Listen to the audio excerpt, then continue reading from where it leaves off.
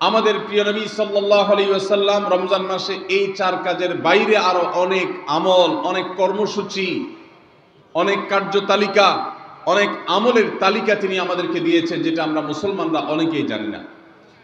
তো আজ আমরা নবী করিম সাল্লাল্লাহু আলাইহি সাল্লাম আমাদেরকে রমজান মাসে যে সমস্ত আমল করতে বলেছেন, আমরা সেই সমস্ত আমলের কথা আপনাদের সঙ্গে খুব সংক্ষেপে শেয়ার করব ইনশাআল্লাহ। কারণ আমি নবী করিম সাল্লাল্লাহু আলাইহি সাল্লামের হাদিস থেকে এবং কোরআনে কারীম থেকেও 27টি আমলের কথা আপনাদের সঙ্গে শেয়ার করব ইনশাআল্লাহ, যার সবগুলোই রমাদানের জন্য স্পেশাল, তবে অনেকগুলো রমজানের বাইরের সময়ও আমাদের পালনীয় এবং করণীয়। এ বিষয়ে আমরা এই বছর প্রথমবারের মতো একটা বই করেছি, আপনারা জানেন, মাহে রমজানের 27 আমল। এই বই থেকে আমি 27টি আমল আপনাদেরকে শোনাবো ইনশাআল্লাহ। আর আমি 27 আমল বলে শেষ করার পর প্রশ্নোত্তর সেশন শুরু করার আগে এই 27 আমল এক নিঃশ্বাসে বা এক টানে যদি কেউ শোনাতে পারেন, যে কয়জন শোনাতে পারবেন সেই কয়জনকে এই বই আমি ফ্রি উপহার দেব ইনশাআল্লাহ। যুবকরা চ্যালেঞ্জ নিতে রাজি আছেন তো ইনশাআল্লাহ? গত 2 বছর আগে সোনাইমুড়িতে, নোয়াখালীর সোনাইমুড়িতে আমি এই 27টি আমলের উপরে বক্তব্য রেখেছিলাম। আমাকে সোনাইমুড়ির এক যুবক বিস্মিত করেছে, চমৎকৃত করেছে, সারপ্রাইজড করেছে। সে এক দাঁড়ানোতে টানা 27টা আমল বলে দিয়েছে। আমি নিজে বইয়ের লেখক হয়েও আমি বলতে পারবো না, 27টা টানা বলতে পারবো না, একটু বেঁধে বেঁধে বলতে হবে। কিন্তু সেই তরুণ টানা 27টা বলে দিয়েছে। তো বগুড়ার যুবকরা এই চ্যালেঞ্জ নিতে রাজি আছেন ইনশাআল্লাহ? রেডি তো তাহলে? ঠিক আছে ইনশাআল্লাহ। আমি সাধারণত ওয়াজ করার পর কি করলাম সেটা আবার শুনি, ফিডব্যাক নেই। শুধু আমি ওয়াজ করে চলে যাব, পানি শেষে চলে যাব, মাছ ধরবো না, তা তো হয় না। এই জন্য আজকের ওয়াজের পরে মাছ ধরা হবে ইনশাআল্লাহ। ঠিক আছে তো ইনশাআল্লাহ? যে যত বেশি প্রশ্নের উত্তর দিতে পারবেন সে তত বড় মাছ, রুই কাতল হিসাবে বিবেচিত হবে ইনশাআল্লাহ। যদি আল্লাহ তাআলা আমাদেরকে মানুষ করে সৃষ্টি করেছেন, মাছের চাইতে অনেক শ্রেষ্ঠ আমরা, শুধু বুঝার সুবিধার্থে বলা। আল্লাহ আমাদেরকে মনোযোগের সাথে শোনা এবং আমল করার তৌফিক দান করুন। ভাইরা আমার, রমাদান কেন্দ্রিক যে সমস্ত আমল, যে সমস্ত করণীয় আমাদের আছে, তার মধ্যে প্রথম করণীয় হলো শাবানের 29 তারিখে পশ্চিম আকাশে রমজানের চাঁদ তালাশ করা। এটা একটা আমল। কোন দিন চাঁদ তালাশ করবেন? শাবানের 29 তারিখ। এই বছর আমাদের দেশে শাবানের 29 তারিখ কবে হচ্ছে? রোজা কবে থেকে শুরু হচ্ছে?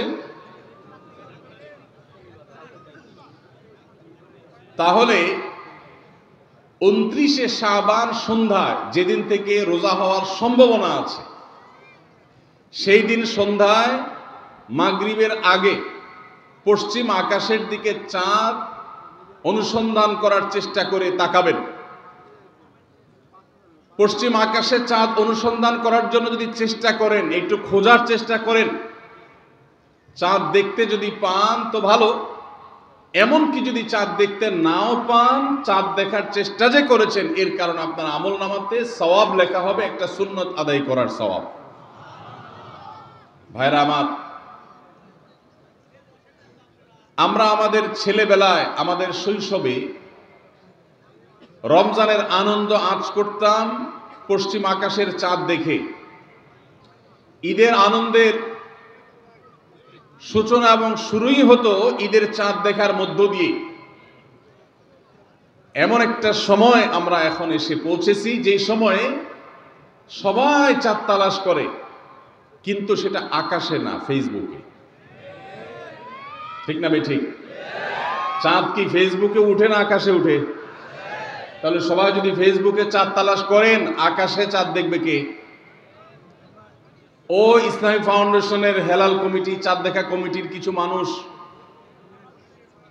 তাদের উপরে নির্ভর করে 18-20 কোটি মানুষ তারা ফেসবুকে তাকায় আছে। এটা খুবই দুর্ভাগ্যজনক একটা বাস্তবতা। নবী করিম সাল্লাল্লাহু আলাইহি সাল্লামের হাদিসটা আমরা লক্ষ্য করি, তিনি বলেছেন, সুমু লিরুইয়াতিহি ওয়া আফতিরু লিরুইয়াতিহি। তোমরা চাঁদ দেখে সিয়াম সাধনা করবে, চাঁদ দেখে রমাদান উদযাপন করবে, চাঁদ দেখে রমাদানের ইবাদত বন্দেগী করবে, আর চাঁদ দেখে তোমরা ঈদ উদযাপন করবে। চাঁদ দেখে তিনি আমাদেরকে রোজা রাখতে বলেছেন, অতএব চাঁদ দেখতে হবে কি হবে না? ভাইরা আমার, বিলুপ্ত হওয়া মৃত প্রায় সুন্নাহগুলোর মধ্যে থেকে একটা হলো চাঁদ তালাশ করার সুন্নাহ। এটা ফরজে কিফায়া, মুসলিম সমাজের কেউ যদি না করে সবাই গুনাহগার হবে। এটা খুবই রিস্কি একটা বিষয়, দুর্ভাগ্যজনক একটা বিষয় যে 20 কোটি মানুষের রমজান মাত্র মুষ্টিমেয় কয়েকজন মানুষের দেখার উপর নির্ভর করবে। ভাইরা আমার, আমরা পশ্চিম আকাশে চাঁদ দেখার চেষ্টা করব ইনশাআল্লাহ। যদি চাঁদ দেখতে পান আপনি, তাহলে নবী সাল্লাল্লাহু আলাইহি ওয়াসাল্লামের সেখানে একটা দোয়া পড়বেন, আল্লাহুম্মা আহিল্লাহু আলাইনা বিল ইয়ুমনি ওয়াল ঈমান ওয়াস সালামাতি ওয়াল ইসলাম রব্বি ওয়া রাব্বুকাল্লাহ। চাঁদকে লক্ষ্য করে বলবেন, চাঁদের সাথে কথা বলবেন। চাঁদ আপনার কথা হয়তো বুঝবে না, কিন্তু আল্লাহর এরকম সৃষ্টি যারা আমাদের কথা বুঝতে পায় না, তাদেরকে লক্ষ্য করে কিছু বলার মানে হলো আপনি মূলত আপনার মনের আকুতিকে প্রকাশ করছেন। চাঁদকে লক্ষ্য করে নবী সাল্লাল্লাহু আলাইহি সাল্লাম চাঁদ দেখলে পড়তেন, আল্লাহুম্মা আহিল্লাহু আলাইনা বিল ইয়ুমনি ওয়াল ঈমান। হে আল্লাহ, এই যে চাঁদ আমি দেখতে পাচ্ছি, এই চাঁদের পুরো মাসটাকে যে আমার জন্য বরকত এবং ঈমান দিয়ে পরিপূর্ণ করে দিন। এই চাঁদ পুরো মাস জুড়ে থাকবে, অতএব পুরো মাস জুড়ে এই চন্দ্র মাসে আমি আপনার কাছে আমার জীবনে প্রভূত বরকত, কল্যাণ এবং ঈমান আপনার কাছ থেকে চাই। ওয়াস সালামাতি ওয়াল ইসলাম, এবং আমি নিরাপত্তা চাই। এই চাঁদ, এই চন্দ্র মাস আমার জন্য যেন নিরাপদ হয় এবং ইসলামের সাথে যেন এই মাস আমি অতিবাহিত করতে পারি, ঈমানের সাথে যেন অটল অবিচল থাকতে পারি। রব্বি ওয়া রাব্বুকাল্লাহ, হে চাঁদ, তোমার সৃষ্টিকর্তা পালনকর্তা আর আমারও পালনকর্তা এক আল্লাহ। ভাইরা আমার, চাঁদ দেখার চেষ্টা করা যাবে তো ইনশাআল্লাহ? সোশ্যাল মিডিয়াতে আপনি চাঁদের খবর খোঁজেন, দোষ নাই, কিন্তু আমরা সবাই যদি সোশ্যাল মিডিয়াতে চলে যাই, পশ্চিম আকাশে চাঁদটা দেখবে কে? দুর্ভাগ্য। মসজিদ মাদ্রাসার ছাত্ররা, ওলামা একরাম, তারাও চাঁদ তালাশ করতে দেখা যায় খুবই কম, খুবই নগণ্য। আল্লাহ তাআলা আমাদের সবাইকে মৃত প্রায় সুন্নাহকে জিন্দা করার তৌফিক দান করুন। এই বছর 29শে রমাদান শুক্রবারে হবে না শনিবারে হবে? কে কে চাঁদ দেখবেন হাত তোলেন। আল্লাহ আমাদের সবাইকে চাঁদ দেখার তৌফিক দান করুন। মৃত সুন্নাহকে জিন্দা করার নিয়তে চাঁদ দেখবেন ইনশাআল্লাহ। আল্লাহ আমাদের সবাইকে আমল করার তৌফিক দান করুন। ভাইরা আমার, তাহলে রমজান কেন্দ্রিক প্রথম আমল পেয়ে গেলাম, প্রথম কর্মসূচি পেয়ে গেলাম, সেটা হলো শাবানের শেষ তারিখে পশ্চিম আকাশে চাঁদ তালাশ করবো ইনশাআল্লাহ। নাম্বার 2, রমজানের দ্বিতীয় আমল, যেটা রমজানের প্রধান আমল মূলত কি সেটা বলেন দেখি। রমজানের প্রধান আমল কি ভাই? রোজা রাখা। মাশাআল্লাহ, উত্তর সঠিক। রমজান মাসের প্রধান আমল হলো রোজা রাখা। রোজা রাখার চাইতে এ মাসের বড় কোনো আমল হতে পারে না। রোজা রাখা রমজানের সুন্নত না মুস্তাহাব? ফরজ। ফরজ মানে হলো আল্লাহর সেই নির্দেশ, যেই নির্দেশ লঙ্ঘন করলে জাহান্নামের শাস্তি অবধারিত, জাহান্নামের শাস্তি এড়ানো যাবে না, যে নির্দেশ মান্য করা আবশ্যক, এরকম একটি ফরজ। ইসলামের স্তম্ভ কয়টা ভাই? 5টা। নবী করিম সাল্লাল্লাহু আলাইহি সাল্লাম বলেছেন, বুনিয়াল ইসলামু আলা খামস। ইসলাম দাঁড়িয়ে আছে 5টি ফাউন্ডেশনের উপরে, 5টি খুঁটির উপরে, 5টি ভিত্তির উপরে। সেই 5টি ভিত্তির 1 নম্বর হলো শাহাদাতি আল্লাহ ইলাহা ইল্লাল্লাহ ওয়া আন্না মুহাম্মাদান রাসূলুল্লাহ। আল্লাহ ছাড়া ইবাদত এবং উপাসনার উপযুক্ত আর কেউ নাই, আর মুহাম্মদ সাল্লাল্লাহু আলাইহি সাল্লাম আল্লাহর পাঠানো রাসূল, এই কথার সাক্ষ্য মুখে দেওয়া, এটা হলো 1 নম্বর স্তম্ভ। স্তম্ভ নম্বর 2, 5 ওয়াক্ত নামাজ আদায় করা। স্তম্ভ নম্বর 3, যাকাত আদায় করা, যাদেরকে আল্লাহ সামর্থ্য দিয়েছেন, সচ্ছলতা দিয়েছেন। স্তম্ভ নম্বর 4, হজ করা। স্তম্ভ নম্বর 5, রমজানের রোজা রাখা। তবে অনেক হাদিসে রমজানের রোজাকে 4 নম্বরে আর হজকে 5 নম্বরে রাখা হয়েছে। তাহলে রমজান মাসের রোজা রাখা এটা শুধু ফরজ না, মৌলিক ফরজ। নবী করিম সাল্লাল্লাহু আলাইহি সাল্লাম বলেছেন, যদি কেউ জীবনে একটি রোজাও শরিয়া গ্রাহ্য ওজর ছাড়া কেউ যদি ভঙ্গ করে, রোজা না রাখে, রমজানের পরে যদি সে সারা জীবনও রোজা রাখে, দায় মুক্ত হয়তো হয়ে যাবে, সে কাজা আদায় করেছে, কাফারা আদায় করেছে, দায় মুক্ত হয়তো হয়ে যাবে, কিন্তু রমজানের একটা রোজা রেখে আল্লাহর কাছে যে পরিমাণ মর্যাদার অধিকারী হওয়ার কথা, সারা জীবন রোজা রেখেও রমজানের ওই একটা রোজার ক্ষতিপূরণ করা সম্ভব নয়।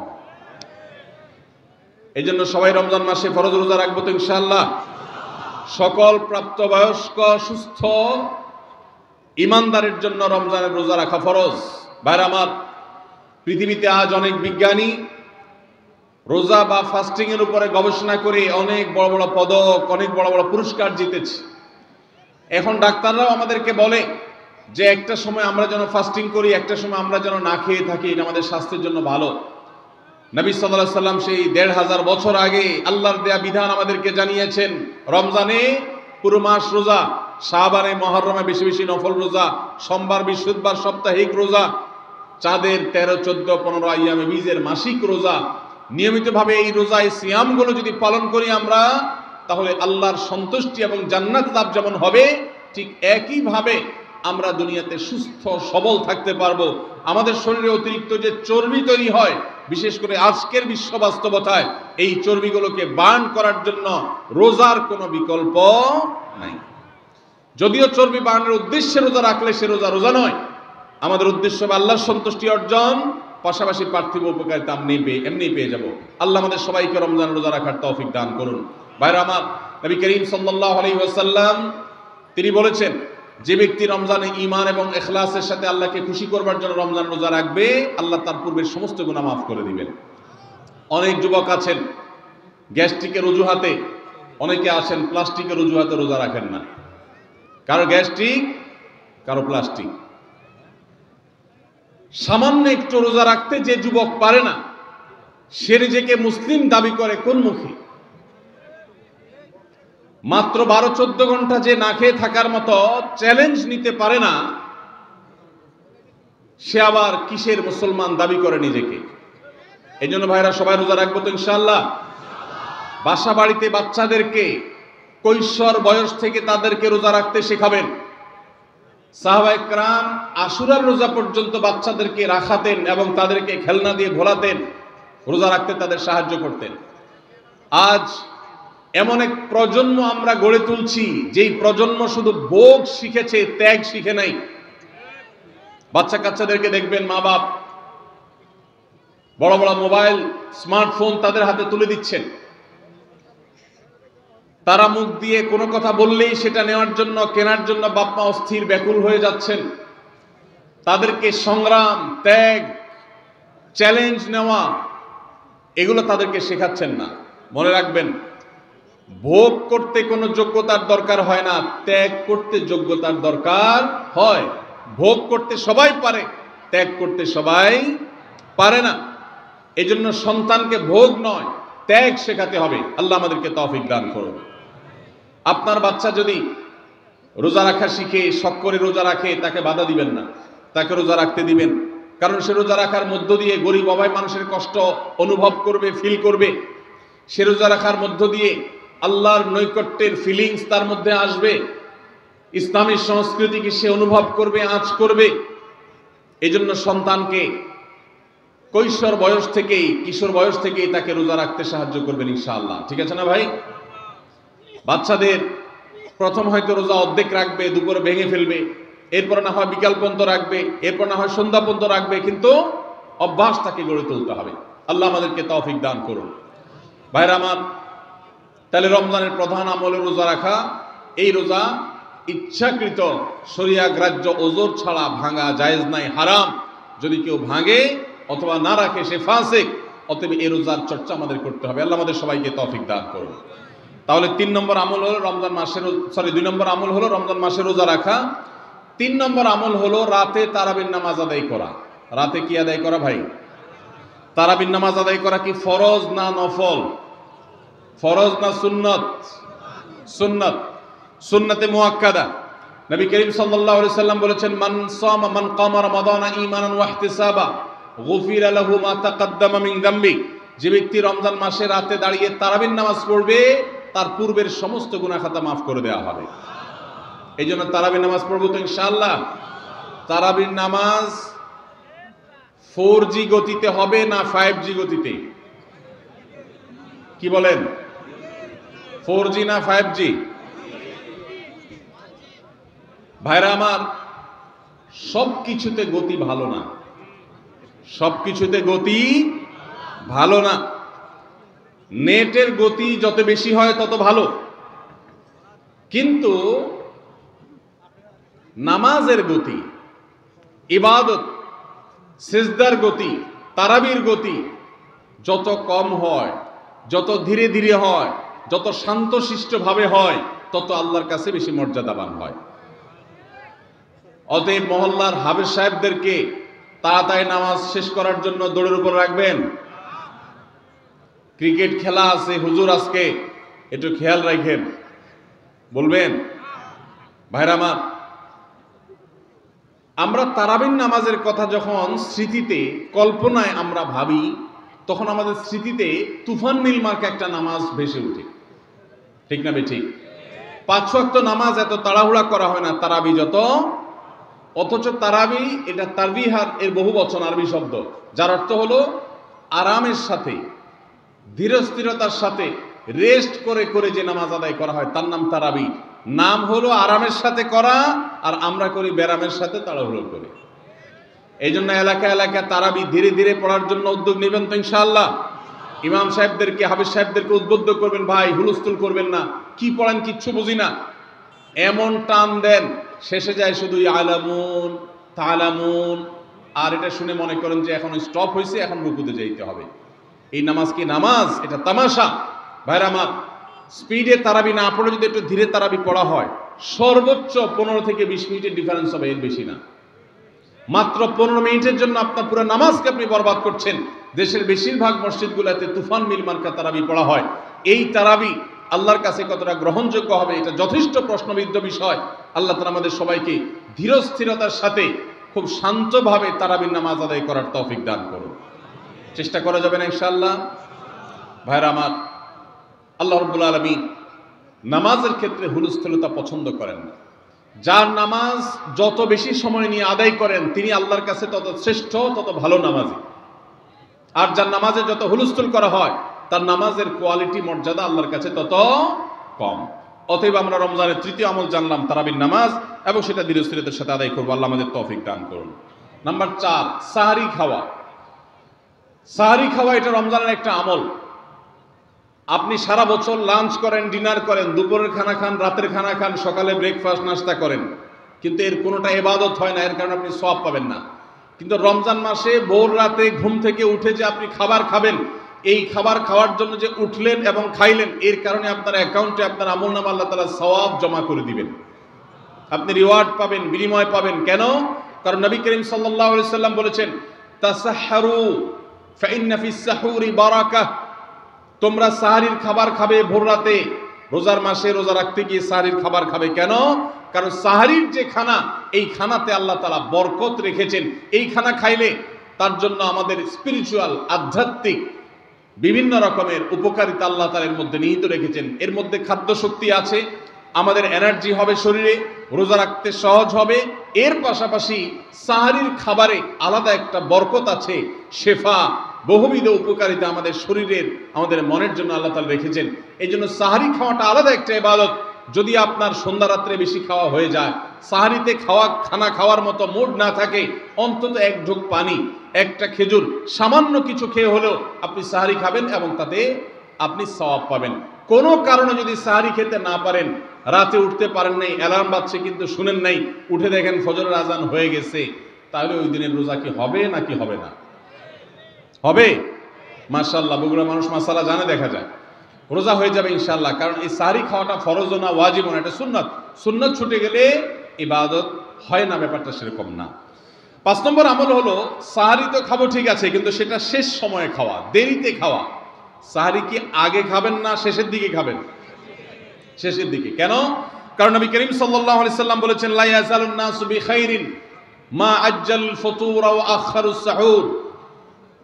এই উম্মত মুসলিম জাতি ততদিন পর্যন্ত কল্যাণের উপর প্রতিষ্ঠিত থাকবে, তারা কল্যাণকে স্পর্শ করতে পারবে যতদিন পর্যন্ত তারা সাহারি তাড়াতাড়ি খাবে, না দেরিতে খাবে? দেরিতে খাবে। আর ইফতার তাড়াতাড়ি করবে। তাহলে সাহারি দেরিতে খাওয়া হলো সুন্নাত। আমাদের দেশে গ্রামে অনেক মুরব্বীরা এখনো আছেন, রাত 12টা 1টা 2টা বাজে সাহারি খেয়ে শুয়ে থাকেন। তারা চিন্তা করেন পরে খাইতে গেলে আবার বর্ডার ক্রস হয়ে যায় কিনা, সীমা লঙ্ঘন হয়ে যায় কিনা, রিস্ক নেওয়ার দরকার কি, এই জন্য 12টার সময় খেয়ে রাখি। এটার কারণে সাহারি খাওয়ার সওয়াব পাবেন ঠিকই, কিন্তু দেরিতে সাহারি খাওয়ার যে সুন্নত, সেই সুন্নত আদায় হবে না। এই জন্য দেরিতে খাবেন। দেরিতে খাওয়ার মানে আবার এরকম দেরি না যে আপনি আর মুয়াজ্জিন সাহেব দুজন কম্পিটিশন করছেন, আপনার হাতে খাবারের প্লেট আর মুয়াজ্জিনের হাতে মাইক, আপনি আগে শেষ করেন আর মুয়াজ্জিন আগে আজান দিবে, কম্পিটিশন চলছে। এত দেরি করে একেবারে লাস্ট মিনিট পর্যন্ত খাওয়া সুন্নত নয়। কথা কি বুঝাতে পারছি? কয়েক মিনিটের গ্যাপ রেখে তারপরে খাবার শেষ করবেন। কারণ নবী করিম সাল্লাল্লাহু আলাইহি ওয়াসাল্লাম সাহরি খেয়ে শেষ করে ফজর নামাজ শুরু করতেন, এর মধ্যে 50টা আয়াত পড়ার মতো গ্যাপ রাখতেন, অর্থাৎ প্রায় 10 মিনিটের মতো একটা গ্যাপ থাকতো।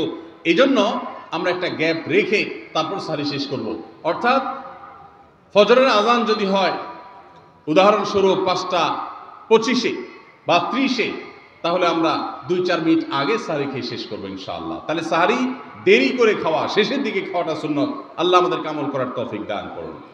রমজান মাসে সাহারির নামে একটা নতুন নাটক শুরু হয়েছে এই দেশে, সেটার নাম হলো সাহারি পার্টি। আপনারা শুনেছেন? বিশেষ করে শহরের ছেলেফেলেরা, ইউ পোলাপান, তারা আজকাল ভোর রাতে বন্ধু বান্ধব সহ রেস্টুরেন্টে গিয়া সাহারি পার্টির আড্ডা বাইর করছে। শয়তানি এবং ফাইজলামির আর কোনো জায়গা নাই, সাহারির জন্য পার্টি বাইর করছে, তাও আবার ছেলে মেয়ে একসাথে মিলেমিশে। ভাইরা আমার, সাহারি খাওয়া ইবাদত, এবং সাহারির এই সময়টা দোয়া কবুলের সময়, তাহাজ্জুদের সময়। আল্লাহ তাআলা দুনিয়ার আকাশ থেকে ডেকে ডেকে বান্দাকে ক্ষমা করেন। এই সময়টাতে আড্ডাবাজি করা, এটা হতভাগা ছাড়া আর কারোর কোনো কাজ হতে পারে না। এরপরে 6 নম্বর আমল হলো ইফতার করা। রোজা রেখেছেন কিন্তু ইফতার করেন নাই, রোজা হয়ে যাবে কিন্তু সুন্নাত আদায় হবে না। এই জন্য ইফতার করা একটা সুন্নাত। আল্লাহ তাআলা আরহামুর রাহিমিন, এমন একটা মাস রমজান মাস, সারা বছর কিন্তু আমরা নাস্তা করি, সারা বছর যেটা নাস্তা করি রমজানে সে নাস্তাই করি। পার্থক্য হলো সারা বছর নাস্তা করি সকালে, রমজান নাস্তা করি সন্ধ্যায়। মানুষ দীর্ঘ সময় না খেয়ে থাকার পরে যে খাবার খায় সেটাকেই ব্রেকফাস্ট বলে, সেটাকেই নাস্তা বলে। আরবিতে যে ইফতার বলা হয়, এই ইফতার শব্দের অর্থ কিন্তু নাস্তা। ইফতার শব্দের অর্থ কি? নাস্তা। সারা বছর নাস্তা খেলে কোনো সওয়াব হবে, কিন্তু রমজান মাসে আপনি যদি সারাদিন উপবাস থাকার পর সন্ধ্যায় ব্রেকফাস্ট করেন, অর্থাৎ ইফতার করেন, তাহলে আল্লাহ তাআলা আপনাকে সুন্নাত পালন করার সওয়াব দিবেন। এই জন্য ভাই, ইফতার করা একটা সুন্নাত। 7 নম্বর, ইফতার আবার তাড়াতাড়ি করা আরেকটা সুন্নাত। এটা 7 নম্বর আমল, ইফতারটা একটু তাড়াতাড়ি করা। তাড়াতাড়ি করা মানে কি? সূর্য ডুবার 2-4 মিনিট আগে। কি বলেন? তাহলে তাড়াতাড়ি কেমনে হলো? তাড়াতাড়ি মানে হলো সূর্য ডুবার সাথে সাথে করা, বিলম্ব বা দেরি না করা। নবী করিম সাল্লাল্লাহু আলাইহি ওয়াসাল্লামের হাদিস আবারও আমরা স্মরণ করি। তিনি বলেছেন, লা ইয়াজালুন নাসু বিখাইরিন মা আজ্জালুল ফুতুর ওয়া আখারুস সুহুর। এই মানুষ, এই উম্মত ততদিন কল্যাণের উপরে প্রতিষ্ঠিত থাকবে যতদিন তারা ইফতার তাড়াতাড়ি করবে আর সাহরি দেরিতে করবে। ইফতার তাড়াতাড়ি করা এর মানে হলো সূর্য ডুবছে আর দেরি করবেন না। শিয়ারা এবং ইহুদিরা, তাদের মধ্যে রোজা আছে, ফাস্টিং আছে, তারা সেই রোজায় ইফতার করে হলো চতুর্দিক অন্ধকার হয়ে যাওয়ার পর, সূর্য ডুবার পর পর ইফতার করে না। তো এই জন্য নবী সাল্লাল্লাহু আলাইহি সাল্লামের আদর্শ হলো তার বিপরীত, অর্থাৎ সূর্য ডুবার পর পর ইফতার করে ফেলা, অতিরিক্ত বিলম্ব না করা। আল্লাহ আমাদেরকে আমলের তৌফিক দান করুন। 8 নম্বর আমল হলো ইফতারের দোয়া পড়া। ইফতারের দোয়া জানা আছে ভাই? কি দোয়া? আমরা একটা দোয়া কমন জানি বাংলাদেশে মানুষ, সেটা হলো আল্লাহুম্মা লাকা সুমতু আলা রিজকিকা আফতারতু। এটাও হাদিসে বর্ণিত হয়েছে, কিন্তু হাদিসের সনদ নিয়ে অনেকে কোনটা নিয়ে আলাপ তুলেছেন, প্রশ্ন তুলেছেন। আল্লাহুম্মা লাকা সুমতু মানে হলো, হে আল্লাহ, আপনার উদ্দেশ্যে রোজা রেখেছি, ওয়া আলা রিজকিকা আফতারতু, এবং আপনার দেওয়া রিজিক দিয়ে ইফতার করেছি। আর ইফতারের আরেকটা দোয়া হলো জাহাবা জমা ওয়াবতাল্লাতিল উরুক ওয়া সাবাতাল আজরু ইনশাআল্লাহ। এটা একটা দোয়া। যদি এগুলো দোয়ামূলক নয়, আমরা দোয়া বলছি, এটা মূলত আল্লাহর কাছ থেকে একটা প্রত্যাশা। এর অর্থ হলো যাহাবা জমা, আমার পিপাসা দূর হয়ে গেছে। ওয়াবতাল্লাতিল উরুক, আমার শিরা উপশিরাগুলো সব সিক্ত হয়ে গেছে। ওয়া সাবাতাল আজরু ইনশাআল্লাহ, এবং আল্লাহ চাহেন তো এই রোজার বিনিময় আমার সাব্যস্ত হয়ে গেছে আল্লাহর কাছে, এটা স্থির হয়ে গেছে। এটা হলো ইফতারের দোয়া। ইফতারের দোয়াটা কি ইফতারের আগে করব না পরে করব? ইফতারের দোয়াটা যারা ইফতারের আগে করার পক্ষে তারা হাত তোলেন। অল্প সংখ্যক মানুষ। আর বাকিরা সবাই কি পরের পক্ষে না মাঝখানের পক্ষেও আছেন লোক? সব পরের। মাশাআল্লাহ, সব সূক্ষ্ম সূক্ষ্ম মাসআলা দেখি গাবতলী মানুষ জানে। মাশাআল্লাহ, অনেক অগ্রসর দেখা যায়। আল্লাহ আমাদের সবাইকে দ্বীনের জন্য কবুল এবং মঞ্জুর করুন। মাশাআল্লাহ। ভাইরা আমার, ইফতারের দোয়াটা ইফতারের পরে করতে হয়, যেটা বেশিরভাগ মানুষ জানে না। কিন্তু আমি অবাক হলাম যে এখানে বেশিরভাগ মানুষ আপনারা জানেন। মাশাআল্লাহ, নলেজেবল মানুষ, বোঝা গেছে। ইফতারের দোয়ার অর্থের দিকে তাকালেই তো বোঝা যায় এটা আগে না পরে। দোয়ার অর্থের মধ্যে তাকালে আমরা দেখতে পাচ্ছি যে আল্লাহ শিরা উপশিরা সিক্ত হয়ে গেছে, পিপাসা দূর হয়ে গেছে, এগুলো তো ইফতারের পরেই হয়। অবশ্য আমি অর্থ আগে বলে দিয়েছি, সেটা দেখে হয়তো আপনারা অনেকে বুঝে ফেলছেন। মাশাআল্লাহ। তো যাই হোক, ইফতারের শুরুতে বিসমিল্লাহ বলে ইফতার করব, আর শেষে এই দোয়া পড়ব। আল্লাহ আমাদেরকে আমলের তৌফিক দান করুন। 9 নম্বর হলো সাহরি এবং ইফতারে খেজুর খাওয়া। খেজুর দিয়ে সাহরি ইফতার করা। ইফতারে আপনি অন্য যা খান না খান, খেজুর দিয়ে খাবেন। নবী সাল্লাল্লাহু আলাইহি সাল্লাম আধা পাকা আধা কেজি খেজুর দিয়ে ইফতার করতেন, যেটাকে রোতাব বলা হয়। আর যদি সেটা না পাওয়া যেত, সাধারণ যে কোনো খেজুর, সেটাও না পাওয়া গেলে একটু পানি খেয়ে তারপর তিনি ইফতার করতেন। আমরা ইফতারে খেজুর খেতে হয় সুন্নাহ, এটা আমরা জানি। কিন্তু যেটা জানি না সেটা হলো সাহরিতে খেজুর খাওয়া। ভোর রাতে সাহরিতে খেজুর খাওয়া সুন্নত। এটা আগে কে কে জানতেন? হাত তোলেন। আগে জানতেন? মাশাআল্লাহ, হাত নামান। গত বছর রমজানে সাহরিতে ভাত তরকারি যাই খাইছেন না খাইছেন, একটা হলো খেজুর খাইছেন, কারা কারা হাত তোলেন? মাশাআল্লাহ, এদিকে সব আমল করা মানুষ। মাশাআল্লাহ, তাহলে তার ওয়াজ টোয়াজের কোনো দরকার নেই। এত নলেজেবল মানুষ, এত আমলদার মানুষ যদি এলাকায় থাকে, তাহলে ওয়াজের দরকারটা কি? আল্লাহ আমাদের সবাইকে আমলের তৌফিক দান করুন।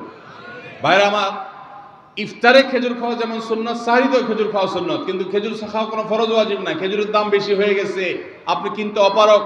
যদি একটা খেজুরও পুরো রমজানে না খান, আপনার রোজার কোনো অসুবিধা হবে। তবে নবী সাল্লাল্লাহু আলাইহি সাল্লাম যেহেতু ইফতার এবং সাহরিতে খেজুর খেতেন, আর খেজুরে প্রচুর পরিমাণ সুগার আছে, উপকারী, যেটা মানুষের স্বাস্থ্যের জন্য উপকারী। প্রচুর পরিমাণ এনার্জি আছে, খাদ্য শক্তি আছে।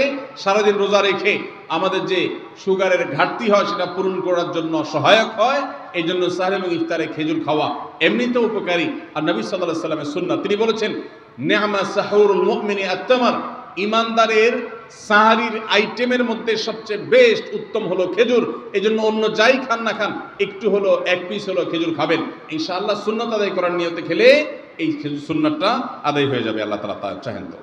তাহলে 9 নম্বর আমল পেলাম হলো সাহরি এবং ইফতার দিয়ে খেজুর খাওয়া। 10 নম্বর আমল হলো সকল প্রকার পাপাচার বর্জন করা, গুনাহের কাজ থেকে বিরত থাকা। এইটা হলো রমজান মাসের দ্বিতীয় সর্বোচ্চ গুরুত্বপূর্ণ আমল। সিরিয়ালে আমরা 10 নম্বরে বলেছি, কিন্তু 27টা রমজানের স্পেশাল আমলের মধ্যে সবচেয়ে গুরুত্বপূর্ণ আমল হলো রোজা রাখা। আর দ্বিতীয় সর্বোচ্চ গুরুত্বপূর্ণ আমল হলো সব ধরনের পাপাচার বর্জন করা, গুনাহের কাজ ত্যাগ করা। যদি কেউ রমজানে রোজা রাখে, আবার চোখ দিয়ে হারাম জিনিস মোবাইলে দেখে, স্ক্রিনে দেখে, পত্রিকার পাতায় দেখে, অফলাইনে দেখে, পরনারীর দিকে তাকায় থাকে, সে যদি কান দিয়া হারাম জিনিস শুনে, গান বাদ্য, এই সমস্ত কিছু সে যদি উপভোগ করে, তাহলে তার এই রোজা আর উপোস থাকার মধ্যে কোনো পার্থক্য। মনে রাখবেন, রোজা শুধু পেটের হয় না, রোজা চোখের হয়, রোজা কানের হয়, রোজা হাতের হয়, রোজা মুখের হয়, রোজা শরীরের প্রত্যেকটা অঙ্গ প্রত্যঙ্গের হয়। একজন মানুষ যখন তার পুরো শরীরে রোজা করে, সে যখন সকল অঙ্গ প্রত্যঙ্গ দিয়ে আল্লাহর আনুগত্য করে, আল্লাহর নাফরমানি থেকে বেরিয়ে আসে, তখন সে সত্যিকারের রোজাদার হয়। আর যে শুধুমাত্র দিনের বেলায় পানাহার বর্জন করে, যৌনাচার বর্জন করে, আর সমস্ত পাপাচার অপকর্ম সে যথারীতি অন্য সময়ের মতো রমজান মাসেও করে, এই রোজাদার পেটের রোজা রেখেছে কিন্তু তার শরীরের অন্য অন্য অঙ্গ প্রত্যঙ্গগুলো আল্লাহর কথা শুনে নাই, সো সেগুলো কিন্তু রোজা রাখে নাই, এই রোজা আল্লাহর কাছে মাকবুল এবং গ্রহণযোগ্য রোজা হতে পারে না। অতএব আমরা রমজান মাসে সব ধরনের গুনাহের কাজ বর্জন করবো তো ইনশাআল্লাহ। প্রিয় ভাইরা আমার, রোজা কিন্তু আমাদের সাথে কথা বলে। রোজার ভাষা আমরা অনেকে জানি না, কি বলে সেটা অনেকে বুঝি না, কিন্তু রোজা আমাদের সাথে কথা বলে। কি কথা? সিয়াম শব্দের অর্থ, আমরা যেটাকে রোজা বলছি সেটা কোরআনের ভাষায় বলা হয় সিয়াম, হাদিসে বলা হয়েছে সেটাকে সওম বা সিয়াম। এই সওম বা সিয়াম একই শব্দ, এর অর্থ হলো বিরত থাকা। এর অর্থ হলো কি ভাই? বিরত থাকা, ব্রেক দিতে জানা। আল্লাহ রাব্বুল আলামিন রোজার মতো ইবাদত দিয়েছেন আমাদেরকে জীবনে ব্রেক দেওয়ার অভ্যাস গড়ে তোলার জন্য। আমরা যেন ব্রেক দিতে শিখি, আমরা যেন থামতে শিখি, আমরা যেন নিজেদেরকে নিয়ন্ত্রণ করতে শিখি। ইসলামের যে বৈশিষ্ট্য, ইসলামের যে বিউটি, ইসলামের যে সৌন্দর্য, সেটা হলো ইসলাম পৃথিবীর মানুষকে আত্মনিয়ন্ত্রণ করবার কথা বলে। আজ ভোগবাদী পৃথিবীর যেদিকে তাকাবেন, চতুর্দিকে দেখতে পাবেন শুধু ভোগের হাতছানি। দুনিয়াটা মস্ত বড়, খাও দাও আর ফুর্তি করো, শুধুমাত্র ফুর্তি ফুর্তি এবং ফুর্তি, ভোগ এবং ভোগ এবং ভোগ। গোটা পৃথিবী আপনাকে ভোগের কথা বলবে, ত্যাগের কথা বলবে না। ইসলাম আপনাকে ত্যাগের কথা বলে। আপনি ঈদ উদযাপন করবেন, ঈদ উল ফিতর, সেখানে পর্যন্ত ইসলাম বলে আগে গরিবের বাসায় ফিতরা পৌঁছাবে, তারপর তুমি ঈদগাহে যাবে, ঈদের আনন্দ করবে। আপনি কোরবানির ঈদে পশু জবাই করে গোশত খাবেন, উৎসব করবেন। ইসলাম বলে ভালো কথা, তুমি উৎসব করবে, তোমাকে উৎসব করতেই দেওয়া হয়েছে, কিন্তু আগে গরিবের বাসায়ও গোশত পাঠাবে ঈদের, সেটা নিশ্চিত করবে, তার পাশাপাশি তুমি ঈদ উদযাপন করবে। আমরা যে রমজানের রোজা রাখি, এই রোজা আমাদেরকে বিরত থাকার কথা বলে। সেই বিরত থাকাটা কি? সেটা হলো আমরা যখন রোজা রাখি আমাদের পিপাসা হয়, আমাদের ক্ষুধা লাগে, পিপাসা হয়, আবার হাতের সামনে হয়তো পানিও আছে। আমার ক্ষুধা লাগে, হাতের সামনে হয়তো খাবারও আছে, কেউ দেখছেও না, সিসি ক্যামেরাও নেই, বদ্ধ রুমে কক্ষের মধ্যে, কিন্তু আমি রোজাদার। কোন রোজাদার রোজার মধ্যে খায়, পান করে? কেন? কারণ সে জানে আল্লাহ নিষেধ করেছে। আমরা যখন ইফতার সামনে নিয়ে বসে থাকি সন্ধ্যাবেলা, ভাইরা আমার, সারা বছর নাস্তা তো আল্লাহ তাআলা কম হোক বেশি হোক সবাইকে করার তৌফিক দেন, আমরা সবাই তো কম বেশি নাস্তা করি। সারা বছর আপনি যদি বুফে গিয়ে 100 আইটেমের নাস্তা দিয়েও আপনি খাবার গ্রহণ করেন, সকালের ব্রেকফাস্ট আপনি খান, ইফতারের সময় মাত্র 2-4টা আইটেম নিয়ে বসে থেকে আজানের জন্য, সূর্য ডুবার জন্য যে অপেক্ষা করেন, ওই অপেক্ষার সময় যে অবর্ণনীয় স্বাদ আর তৃপ্তি পাওয়া যায়, পৃথিবীর সমস্ত খাদ্য গ্রহণের মধ্যেও এই তৃপ্তি বা স্বাদ নাই। নবী সাল্লাল্লাহু আলাইহি ওয়াসাল্লাম সেজন্য বলেছেন, লিসসাইমি ফারহাতান, রোজাদার ব্যক্তিকে দুটি আনন্দ দেওয়া হয়, ফারহাতুন ইনদা ফিতরি ওয়া ফারহাতুন ইনদা লিকাই রাব্বি। একটা আনন্দ হলো ইফতারের সময়, অবর্ণনীয়, ভাষায় প্রকাশ করবার অযোগ্য। কি ভালো লাগা কাজ করে, ইফতারের জন্য আমরা বসে আছি, খাবার সামনে আছে রকমারি, শীতল শরবত সামনে আছে, রকমারি খাবারের পসরা সাজানো আছে টেবিলে, দস্তরখানে, এদিকে পেটে ক্ষুধাও আছে, কিন্তু আমরা মিনিট গুনছি, আমরা সময় দেখছি, ঘড়ির দিকে তাকিয়ে আছি, সূর্য কখন ডুববে। সূর্য ডুবেছে আর সাথে সাথে আমরা ইফতার করছি। এই যে আল্লাহর নির্দেশের অপেক্ষা, ইসলাম রোজার মাধ্যমে আমাদেরকে সেই শিক্ষাটা দিতে চায়। রোজা আমাদের সাথে সেই কথা বলে যে দেখো, তুমি জীবনে বিরত থাকতে শিখো, গোটা পৃথিবী তোমাকে ভোগ শিখাবে, ইসলাম তোমাকে ত্যাগ শিখাবে, ইসলাম তোমাকে কন্ট্রোল করা শিখাবে। আমাদের তরুণদের চরিত্রকে নষ্ট করবার জন্য, তাদেরকে নানাভাবে উস্কানি দেওয়ার জন্য, বিনোদনের নামে, নিউজের নামে, বিজ্ঞাপনের নামে, বিভিন্ন নামে অশ্লীল নানা দৃশ্য, খোলামেলা দৃশ্য তাদের সামনে দেখানো হয়, ভোগের আহ্বান করা হয়। ইসলাম বলে, হে মুসলিম তরুণ, তোমার চোখের এরিয়ার মধ্যে কোনো পরনারী, কোনো সুন্দরী নারী পড়ে গেছে, তুমি আঁচ করতে পেরেছ, সাথে সাথে তোমার দৃষ্টিকে তুমি নিয়ন্ত্রণ করো, অবনত করো, কুল্লিল মুমিনিনা ইয়াগুদ্দু মিন আবসারিহিম ওয়া ইয়াহফাযু ফুরুজাহুম। আল্লাহ বলেছেন, হে রাসূল বলে দিন ঈমানদার পুরুষদেরকে তারা যেন তাদের চোখগুলোকে নামিয়ে রাখে, তাদের সম্ভ্রমকে তারা সংরক্ষণ করে। মনে রাখবেন, যা খুশি তা করতে পারা এটা যোগ্যতা নয়। নিজেকে নিয়ন্ত্রণ করলাম, যা খুশি তা করব না, এর নাম হলো যোগ্যতা। ডায়রিয়ার রোগী ডাইরেক্ট হয়ে যায়, যা খুশি যে করে, নিজের মন যেদিকে তাকে নাচায় সেদিকে নাচে, এ লোকটা অসুস্থ মানুষের মতো। আর মুসলিম যুবক, মুসলমান মানুষ, নারী পুরুষ, সে নিজেকে নিয়ন্ত্রণ করে। আল্লাহ এটা হারাম করেছেন, আমার মন চায়, চাইলেই আমি সেটা নিতে পারি, কিন্তু আমি নেব না। আমি একটা জিনিস ধরতে পারি, আল্লাহ হারাম করেছেন, সেজন্য আমি ধরবো না। এই শিক্ষাটা রমজান আমাদেরকে দেয়। অতএব রমজানের সবচেয়ে গুরুত্বপূর্ণ আমল হলো এই 10 নম্বর আমল, সেটা হলো পাপাচার বর্জন করা। নবী সাল্লাল্লাহু আলাইহি সাল্লাম বলেছেন, যে ব্যক্তি রমজানে রোজা রাখলো আর পাপাচার বর্জন করলো না, তাহলে এই রোজা রাখার উপোস থাকার ভিতরে কোনো পার্থক্য নাই। আল্লাহ আমাদের সবাইকে রমজান মাসে রোজা থেকে সকল হারাম, সকল নাজায়েজ কাজ, সকল গুনাহের কাজ ছাড়ার তৌফিক দান করবেন আমি। ভাইরা আমার, 11 নম্বর আমল হলো অধিক পরিমাণ দোয়া করা। রমজান মাসে রোজা রেখে আমরা বেশি বেশি দোয়া করব। চলতে ফিরতে উঠতে বসতে দোয়া করতে পারেন। আমাদের মায়েরা অনেকে শুনছেন আমাকে, রমজান মাসে আপনি গৃহস্থলী কাজ করছেন, রান্না বাড়া করছেন, ঘর ঝাড়ু দিচ্ছেন, আর মনে মনে আল্লাহর সাথে কথা বলেন। দোয়া মানে আল্লাহর সাথে কথোপকথন। আল্লাহ, আপনি আমাকে মাফ করে দেন, আমার বাবাকে মাকে মাফ করে দেন, সন্তানগুলোকে হেদায়েত দান করেন, চোখের পানি ফেলেন। নিয়মতান্ত্রিক দোয়া, বসে বসে হাত তুলে দোয়া করবেন কেবলামুখী হয়ে। আবার চলতে ফিরতে উঠতে বসতে, এমনকি ওযু নাই সে অবস্থায় দোয়া করবেন। নবী সাল্লাল্লাহু আলাইহি সাল্লাম বলেছেন, 3 ব্যক্তির দোয়া ফিরিয়ে দেওয়া হয় না। কয় ব্যক্তির দোয়া? সালাতুন লা তুরাদ্দু দাওয়াতুহুম। 3 শ্রেণী মানুষের দোয়া ফিরিয়ে দেওয়া হয় না। এর ভিতরে এক শ্রেণী হলেন মাজলুম, কারোর জুলুমের শিকার হয়েছে। এই ব্যক্তি জালেমের বিরুদ্ধে যে তার মনের আকুতি থাকে, বদদোয়া থাকে, আল্লাহ সুবহানাহু ওয়া তাআলা এটা ফিরিয়ে দেন না। এজন্য পৃথিবীর ইতিহাসের কোন জালিম আপনি দেখাতে পারবেন না যেই জালিমকে আল্লাহ ছেড়ে দিয়েছেন, আল্লাহ ছাড় দিয়েছেন কিন্তু চূড়ান্তভাবে ছেড়ে দিয়েছেন, এমন কোন জালিম আপনি দেখাতে পারবেন না। এজন্য ভাই, কখনো কোন অবস্থাতে কারো প্রতি আমরা জুলুম করব না। আল্লাহ আমাদেরকে সেটা মানার তৌফিক দান করুন। তাহলে 3 ব্যক্তির দোয়া কবুল হয়, ফেরত দেওয়া হয় না। তার ভিতরে একজন হলো মাজলুম, যার প্রতি আপনি জুলুম করেছেন, সে আপনার বিরুদ্ধে যে বদদোয়া করে, এটা লাগবেই লাগবে, আজ হোক আর 2 দিন পরে হোক। নাম্বার 2, মুসাফির, যে ব্যক্তি সফরে আছে, সফররত অবস্থায় সে যদি দোয়া করে, সে দোয়া আল্লাহ তাআলা কবুল করেন। 3 নম্বর হলো রোজাদার ব্যক্তি, আস-সাইম হাত্তা ইফতির। রোজাদার ব্যক্তি সারাদিন ভর রোজা করলে, ইফতার রাগ পর্যন্ত, সারাদিন দোয়া করলে ইফতার রাগ পর্যন্ত তার দোয়া কবুল হয়। এই জন্য রোজা রেখে আমরা বেশি বেশি আল্লাহর কাছে দোয়া করবো ইনশাআল্লাহ। চলতে ফিরতে উঠতে বসতে মনে মনে আল্লাহর সাথে কথা বললেন, চাওয়া দাওয়াকে পেশ করলেন, বাস এইটাই হলো দোয়া। এটা হলো আমাদের রমজান মাসের 11 নম্বর আমল, বেশি বেশি দোয়া করা। 12 নম্বর আমল হলো মিথ্যা এবং কাজ পরিহার করা।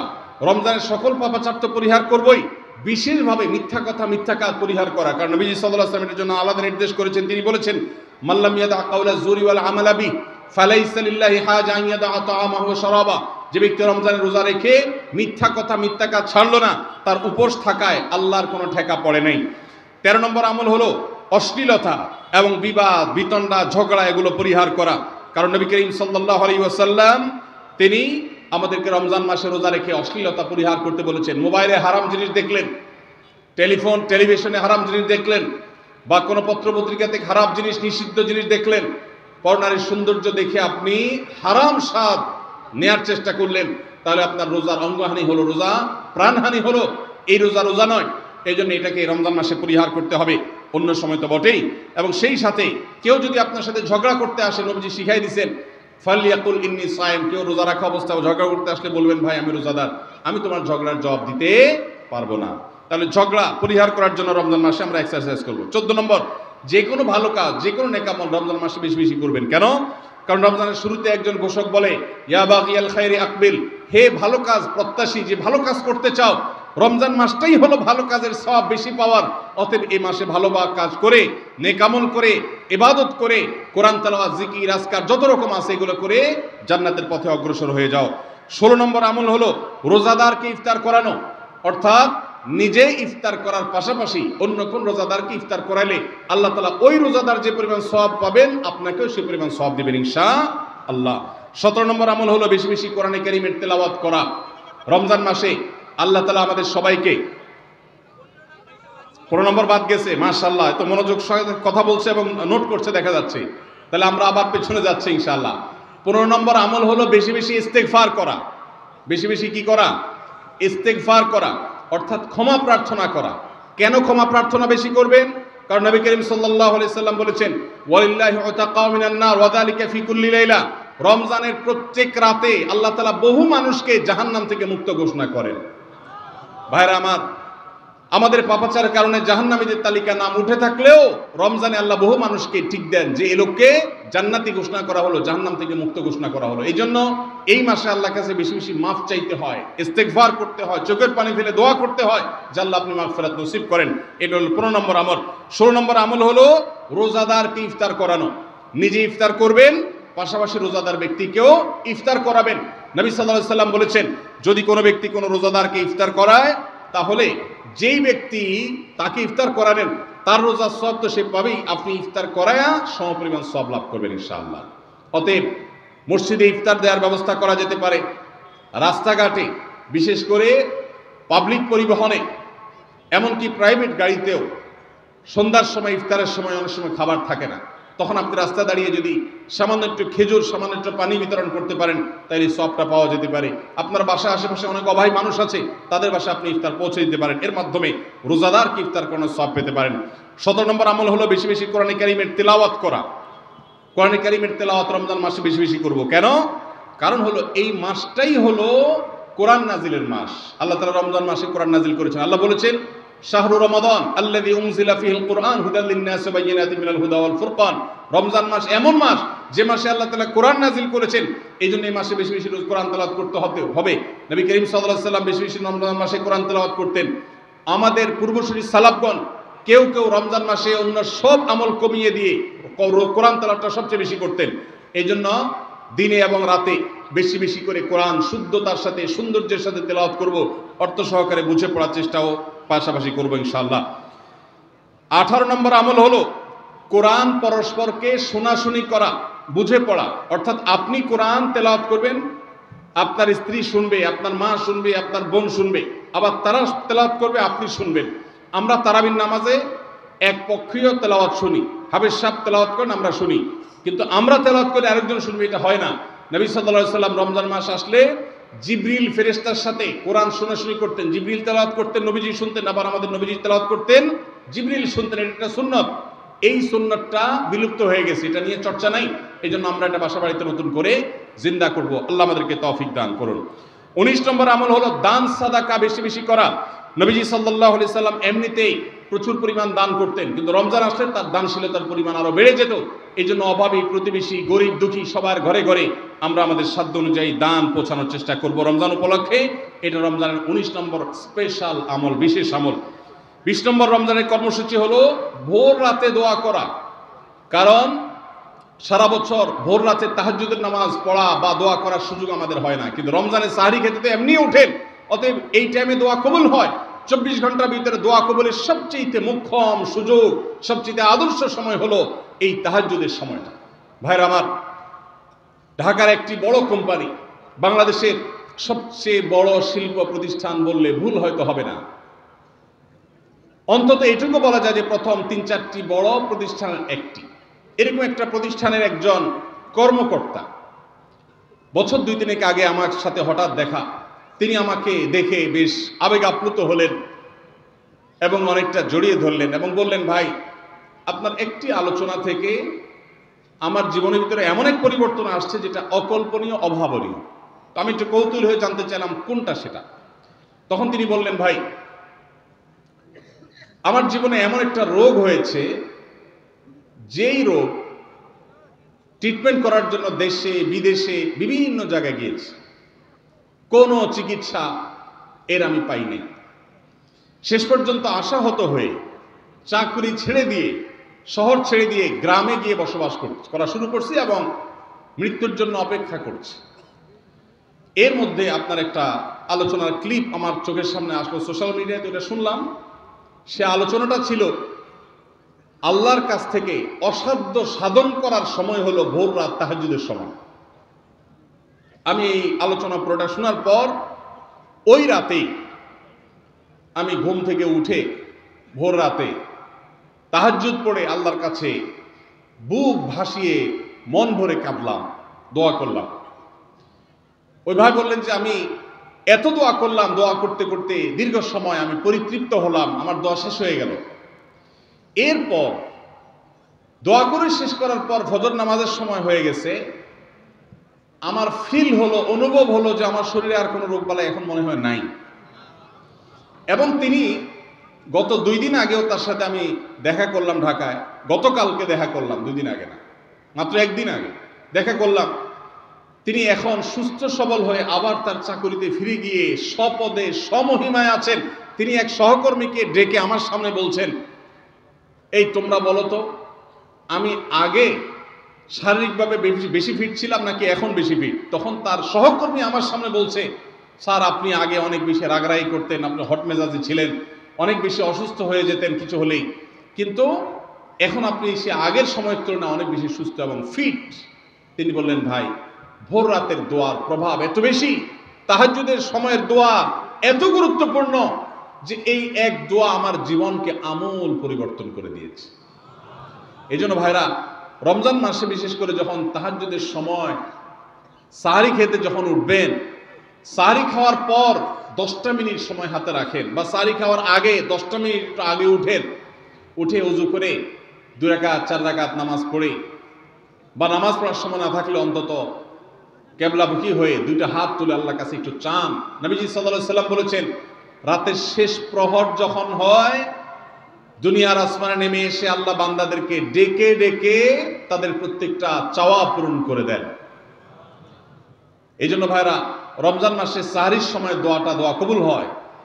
রমজান উপলক্ষে বিশেষ করে এই আমলটা, সাহরির সময় আমলটা, আমরা দোয়া করার আমলটা করতে পারি। তাহলে 20 নম্বর আমল হলো তাহাজ্জুদের নামাজ এবং ভোর রাতের দোয়া। এটা অন্য সময় করা যায়, কিন্তু রমজানের সুযোগটা বেশি আসে, সেজন্য এটাকে রমজানের স্পেশাল আমল হিসেবে আমরা উল্লেখ করলাম। আল্লাহ আমাদেরকে সবাইকে তৌফিক দান করুন। সাহরি খেতে উঠলে একটু দোয়া করবো তো ইনশাআল্লাহ, 2-4 মিনিটের জন্য হলে দোয়া করব, একাকে নির্জনে আল্লাহর কাছে কেবলামুখী হয়ে। এর চেয়ে বড় দুর্ভাগ্যের বিষয় কি আছে যে আল্লাহ চাওয়ার জন্য ডাকছেন আর আমি অবহেলা করে বসে আছি। ভাইরা আমার, 5 ওয়াক্ত নামাজের জন্য মুয়াজ্জিন আপনাকে ডাকে, কিন্তু ভোর রাতে দোয়া কবুলের জন্য স্বয়ং আল্লাহ আপনাকে ডাকেন।